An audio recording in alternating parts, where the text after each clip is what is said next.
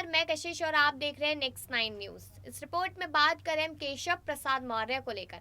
बताते चले कि डिप्टी सीएम है केशव प्रसाद मौर्य और इसके बावजूद भी पार्टी में चुनावों के दौर पर हार गए। ये बहुत बड़ी चौंकाने वाली बात थी कि आखिरकार केशव प्रसाद मौर्य क्यों हार गए, क्योंकि इतने बड़े नेता है और हर कोई उनकी उतनी इज्जत करता है, हर कोई उनको वोट देता है, फिर भी किस वजह से हार गए। तो बताते चले कि यहाँ पर इस बात का बड़ा खुलासा हो चुका है कि केशव प्रसाद मौर्य के हारने के पीछे किस बात का कारण था।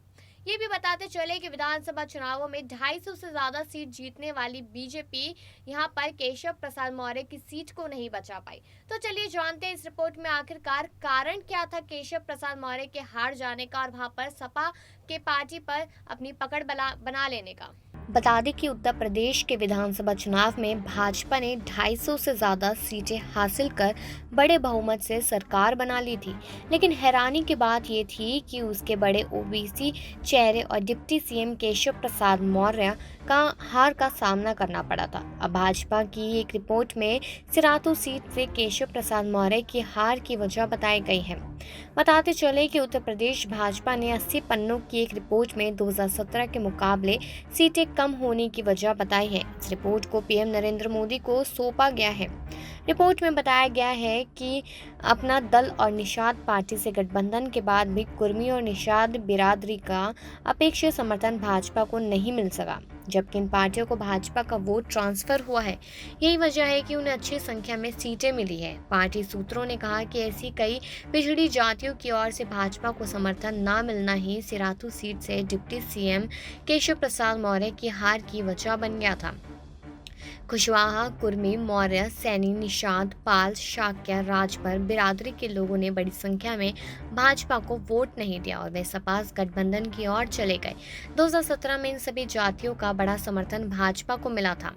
बताते चले कि भाजपा ने ओबीसी जातियों का समर्थन कम होने को लेकर विस्तृत रिपोर्ट तैयार की है और माना जा रहा है कि आने वाले समय में इन्हें अपने पक्ष में लामबंद करने के लिए पार्टी की ओर से प्रयास किए जाएंगे।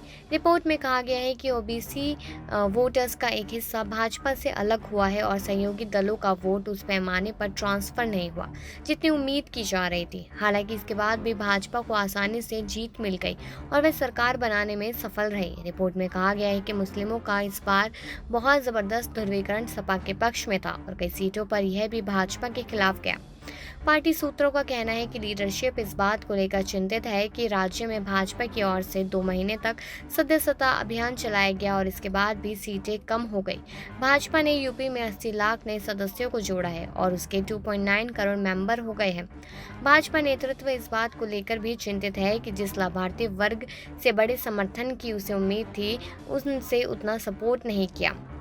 हालांकि बड़ी संख्या में लोगों ने एनडीए सरकार की वेलफेयर स्कीमों की तारीफ की थी। भाजपा का सबसे खराब प्रदर्शन गाजीपुर, अंबेडकर नगर और आजमगढ़ जैसे जिलों में रहना है। इन 3 जिलों की 22 सीटों में से भाजपा को एक भी नहीं मिल पाई।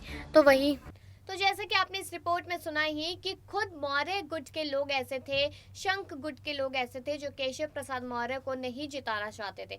एक नहीं, 2 नहीं, पूरे 8 से 10 गुट ऐसे थे जो पूरी तरीके से सपा पार्टी की तरफ झुक गए अचानक से चुनावों के समय पे। पहले भले ही वो हमेशा केशव प्रसाद मौर्य के साथ नजर आते हो, लेकिन आखिरी टाइम पर उन्होंने साथ छोड़ दिया, जिसकी वजह से यहाँ पर केशव प्रसाद मौर्य को अपनी सीट गंवानी पड़ी।